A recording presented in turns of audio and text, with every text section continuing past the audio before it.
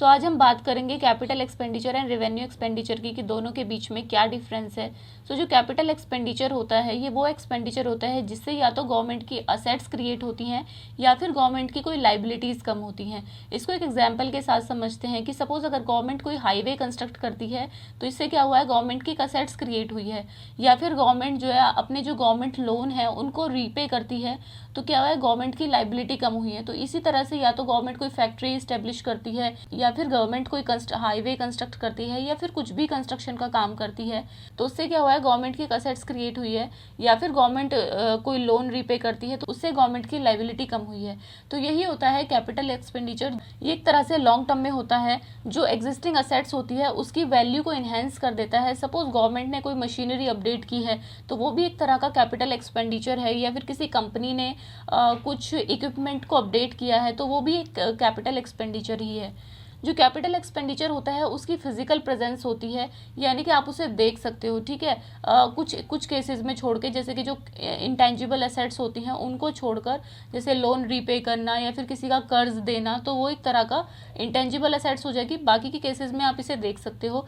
Next point है कि ये एक तरह का वन टाइम इन्वेस्टमेंट है, आपको बार बार इन्वेस्टमेंट करने की ज़रूरत नहीं है। नेक्स्ट पॉइंट है कि do not reduce business revenue, यानी कि इससे क्या होता है, बिजनेस रिवेन्यू कम नहीं होता है, इसके लॉन्ग टर्म बेनिफिट्स देखने को मिलते हैं।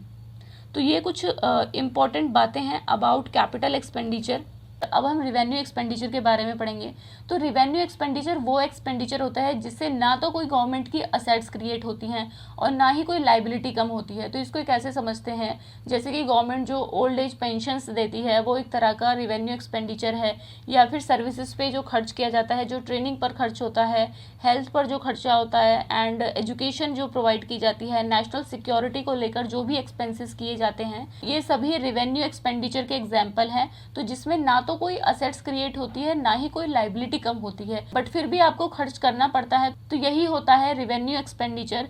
ये एक तरह का शॉर्ट टर्म होता है। रिवेन्यू एक्सपेंडिचर से जो एग्जिस्टिंग असेट्स होती हैं उनमें कोई वैल्यू एडिशन नहीं होता है। नेक्स्ट पॉइंट है, रिवेन्यू एक्सपेंडिचर की कोई फिजिकल प्रेजेंस नहीं होती है। सपोज आप एजुकेशन पे खर्च कर रहे हो तो आप उसे कैसे देख सकते हो, या फिर उसके कोई फिजिकल अपीयरेंस नहीं होती है इसकी। सो जो रिवेन्यू एक्सपेंडिचर होता है उसको आपको बार बार खर्च करना होता है, आपको बार बार एक्सपेंडिचर करना होता है, बार बार इन्वेस्टमेंट करनी होती है। सो कंपनी अपने ही प्रॉफिट में से उसे खर्च करती है, अपने ही प्रॉफिट से खर्च होता है ये। सो ये एक तरह से बिजनेस रेवेन्यू को भी कम करता है और इसके शॉर्ट टर्म बेनिफिट देखने को मिलते हैं, क्योंकि जो ह्यूमन रिसोर्सेज हैं उनकी एक एज होती है, उनकी एक लिमिट होती है, उससे ज़्यादा वो नहीं कर सकते हैं। तो यही होता है रिवेन्यू एक्सपेंडिचर। सो ये डिफरेंसेस था दोनों के बीच में, capital expenditure and revenue expenditure के बीच में। I hope you like this video. Thank you, have a nice day.